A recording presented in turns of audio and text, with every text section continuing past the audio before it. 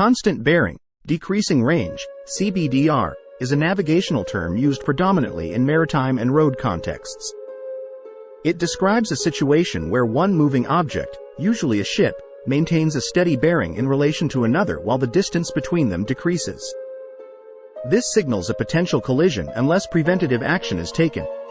In maritime navigation, sailors are trained to recognize this scenario, which can be counterintuitive for those accustomed to driving on roads, where landmarks help gauge relative speeds and directions. At sea, where there are no such landmarks, two vessels could seem to be moving apart yet still be on a collision course. This is especially true when one vessel overtakes another. CBDR is less applicable on rivers, where the curving pathways typically mean vessels adjust their course frequently. In terms of visual cues, if observing from a ship or shore, a key indicator of CBDR is that the target ship appears stationary against a non-moving background, like a shoreline.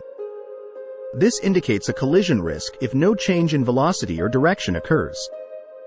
Contrastingly, if the target moves across the background, it implies the paths will cross without a collision, assuming constant speeds and trajectories.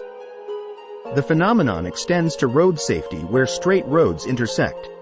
Vehicles can remain in each other's blind spots under CBDR conditions or miss each other entirely due to the lack of changing visual cues, posing a risk of collision. Overall, recognizing and responding to CBDR situations is crucial for the safe navigation of vessels and vehicles, effectively preventing potential accidents in dynamic environments.